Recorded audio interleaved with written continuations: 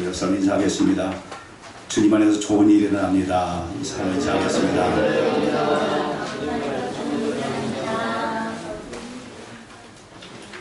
새해가 되어지면 많은 것들을 결심합니다. 올해는 꼭 전도해야지. 올해는 무엇인가 하나씩 섬겨야지. 또 올해는 기필코 성경을 한번 읽어야지. 이렇게 결심합니다. 창세기 잘 읽어갑니다. 출애굽기도 문제없이 읽습니다. 레위기가 오면 위기가 생깁니다. 레위기입니다. 그러면 신약 성경부터 읽어보겠다 생각해서 마태복음 1장을 펼쳤습니다. 누가 누구를 낳고 또 누구를 낳고, 이거 성경책이 아니라 산부인가 병원인가 이러다가 성경을 덮어버립니다. 성경을 읽다 보면 오늘 본문도 이런 문제 만나게 됩니다. 누가 누구는 어느 성벽을 건축했고, 누구는 어느 성문을 달았고, 계속 끊임없이 그 얘기입니다. 성경책이 아니라 무슨 건설회사, 회사인가 이런 느낌을 받기 쉽습니다. 느헤미야가 총독으로 들어와서 백성들과 함께 성벽을 잘 건축하면 됐다. 이러면 끝날 얘기입니다. 그런데 왜 이렇게 시시콜콜하게 사람들의 이름을 들먹이고 성문, 성벽을 들먹이며 기록하고 있는 것일까? 제가 신대원에서 다닐 때 성경 연구 방법이라는 과목을 공부했습니다. 개강 첫날에 우리 유명한 신학 교수가 이렇게 말합니다. 성경을 읽을 때 이건 내가 아는 이야기다 이렇게 생각하지 말라는 겁니다. 지금까지 한 번도 읽어보지 않고 들어보지 않은 것처럼 기대감을 갖고 마치 연애 편지를 읽듯이 하나님 말씀을 설렘을 가지고 읽으라고 말씀합니다. 내가 성경을 읽을 때 사실은 성경이 나를 읽고 있는 느낌을 가지라는 겁니다. 그러면 그 성경 속에서 내 얼굴이 보이고, 그리고 이 본문 속에서 내가 할 역할이 보이기 시작한다고 합니다.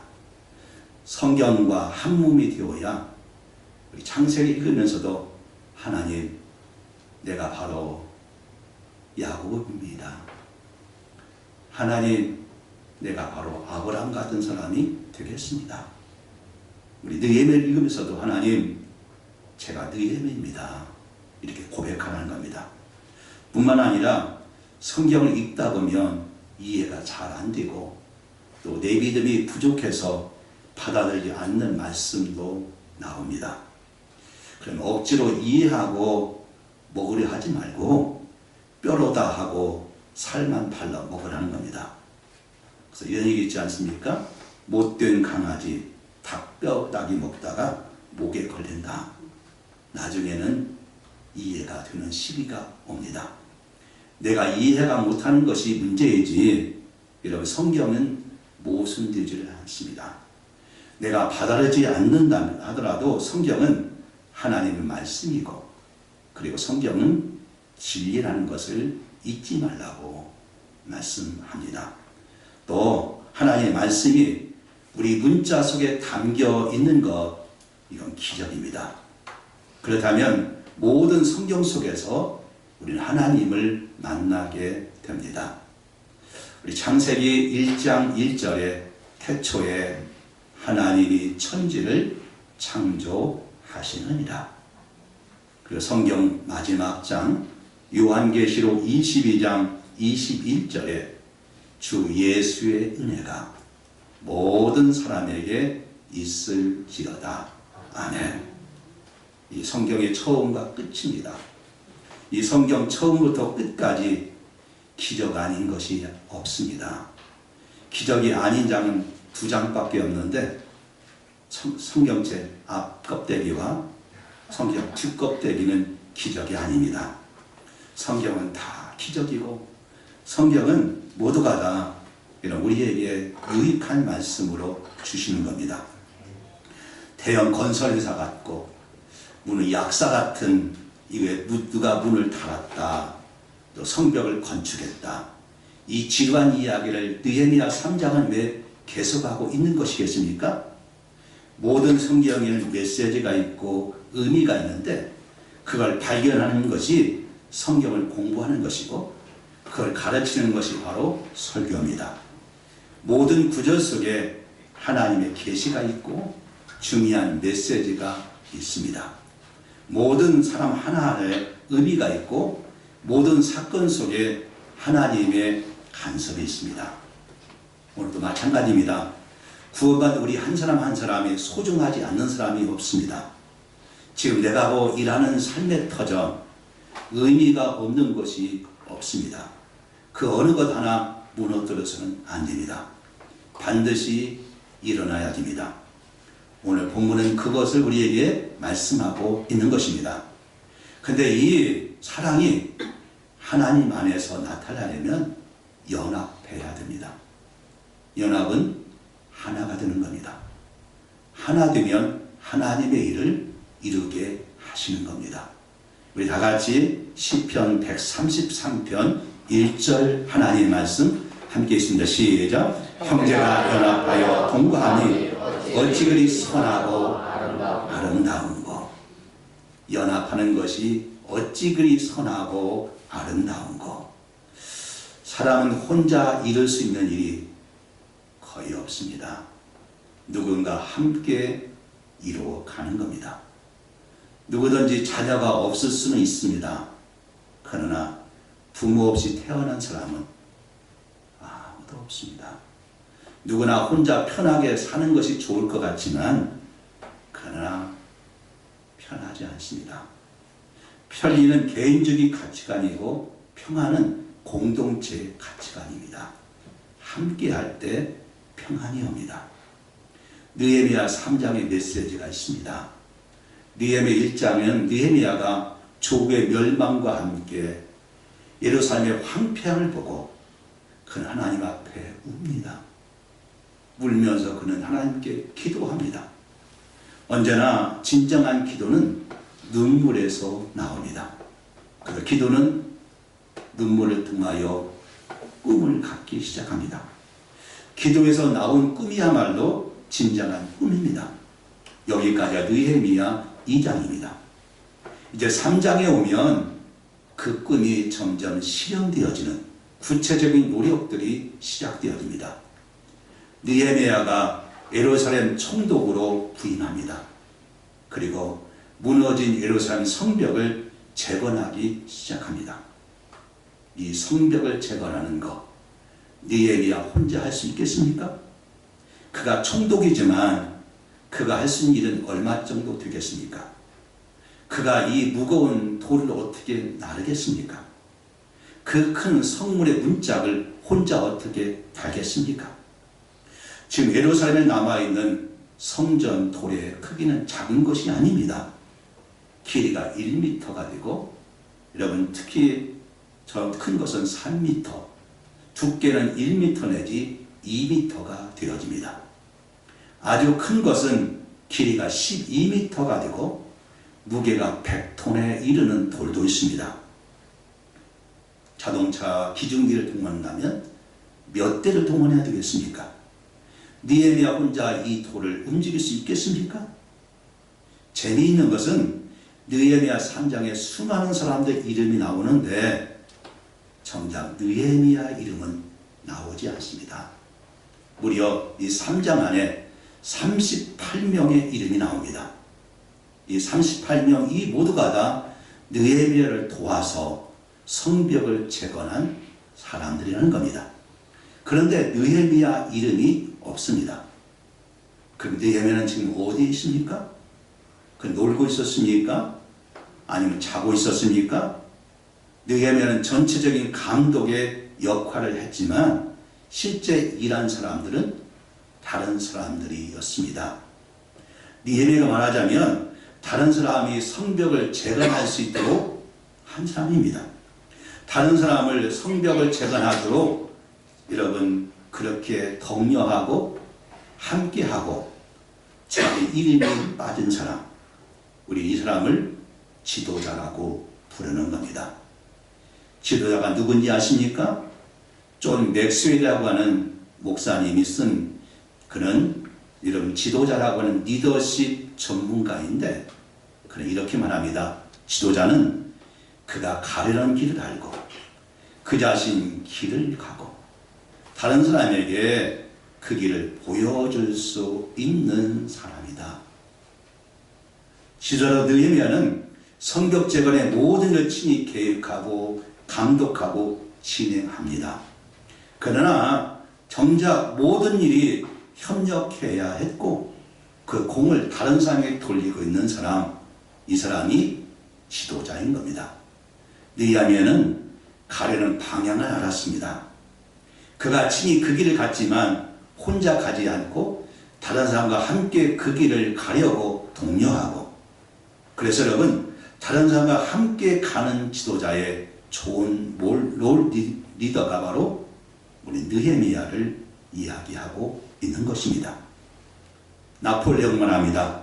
지도자는 희망에 파는 사람이다. 지도자는 꿈을 파는 사람입니다. 지도자가 할 일은 동기를 보유하는 겁니다. 가슴에 불을 지피는 사람이 되어지게 되는 것입니다. 미국의 대통령 아이젠하워는 지도력을 이렇게 말합니다. 지도력이란 자신이 원하는 것을 그들이 원하는 일로 여기도록 만드는 기술이다. 아무리 느헤미야가 유능하다 할지라도 성벽 혼자 지을 수가 없습니다. 그러면 어떻게 해야 됩니까? 사람을 움직여야 됩니다. 결국 사람을 움직이는 것, 이게 지도력입니다. 지도자 느헤미야가 할 일은 여러분 사람의 마음을 움직여서 성을 완공하고 성벽을 여러분 다시금 재건하게 합니다. 그래서 느헤미야와 함께 일했던 동역자들이 누구였을까? 모두 38명이 나옵니다. 근데 그 중에 직접 이름이 나온 사람은 3명입니다. 우리 다 같이 느헤미야 3장 7절 말씀. 자, 시작. 그 다음은 기브온 사람 블라리아와 베로노 사람 야돈이 강서쪽 총독의 관할에 속한 기브온 사람들 및 미스바 사람들과 더불어 순서하였고, 여기는 물라다와 야돈이라는 사람이 직접 성전 건축에 여러분 참여합니다. 근데 어떤 사람들은 누구누구의 아들이다, 이런 식으로 이름이 나오게 되어지게 되는데, 우리 좀 거슬러 올라가서 느헤미야 3장 2절 말씀을 우리 함께 있습니다. 시작. 그 다음은 여리고 사람들이 건축하였고 또 그 다음은 이므리의 아들 삭굴이 건축하였으며, 이 삭굴은 누구의 아들입니까? 이므리의 아들입니다. 이렇게 누구누구의 이름의 아들이라는 이름이 나온 사람이 34명이 나옵니다. 가장 많은 빈도수입니다. 이건 전형적인 히브리식 표현 방법입니다. 이 당시는 철저한 아버지 부계 사유였습니다. 고대 이스라엘은 누구누구의 아들이다, 이렇게 표현을 합니다. 우리 예수님 시대에 보면 야고보와 요한은 세베대의 아들 야고보, 이렇게 나옵니다. 그러니까 누구의 아들입니까? 세베대라고 하는 사람의 아들 야고보와 요한. 또 야고보가 또 하나가 있습니다. 뭐라고 합니까? 알페오의 아들 야고보. 그러니까 같은 야고보라고 해도 그 앞에 아버지의 이름을 적습니다. 이렇게 귀중한 것을 우리가 생각해야 합니다.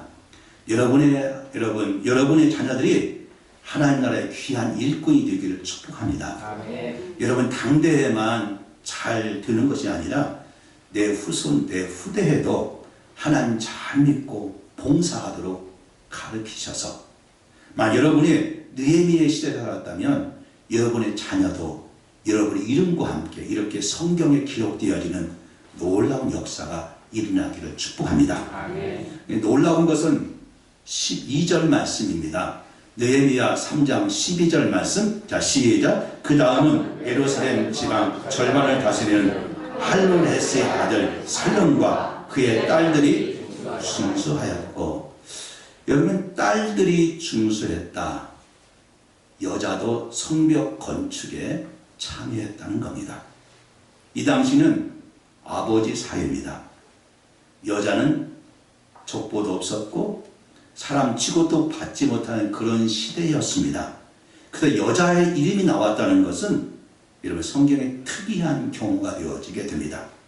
그런데 12절 이해에 의하면 여러분 할로헤스의 아들 살룸과 그의 딸들이 중수했다. 여러분, 남자도 하기 힘든 이 성벽을 건축하고 세우는 일에 딸들이 참여했다는 겁니다. 그런데 할로헤스라고 하는 사람은 예루살렘 지방을 다스리는 관리였습니다. 지금 이 사람을 말하면 지방자치의 장입니다. 아마 경기도지사 정도 되어지는 급입니다. 그 사람의 아들, 그 사람의 딸이 성벽 건축하는 데 함께 했다는 것은 놀라운 일입니다. 여러분의 자녀들도 하나님의 일에 동참하게 하십시오. 그것이 여러분 날마다 교회만 왔다 갔다 하면 안 됩니다. 무언가 섬겨하고 봉사할 때 신앙이 커지는 겁니다. 근데 불행하게도 느헤미야에 보면 성벽 재건에 빠진 사람의 명단도 나옵니다. 우리 거슬러 올라가서 느헤미야 3장 5절 말씀을 우리 함께 있습니다. 시작. 다음은 드고아 사람들이 중수하였으나 귀족들은 그 주의 역사에 담붙지 아니하였으며, 하필 드고아 귀족들이 그날 역사에 빠지고 불명예스럽게 성경은 이들을 기록하고 있습니다. 우리는 왜 빠진지 모릅니다. 다만 아는 것은 그들은 귀족이었다는 겁니다. 귀족이라는 칭호가 주는 어떤 불길한 단서가 있습니다. 귀족이 누굽니까? 지체가 높은 분입니다. 지체가 높은 분은 주일에 참여하지 않았다는 겁니다. 이 기록을 보면서 12절에 예루살렘의 지방 할로헤스와 가정과 한번 비교해 보십시오.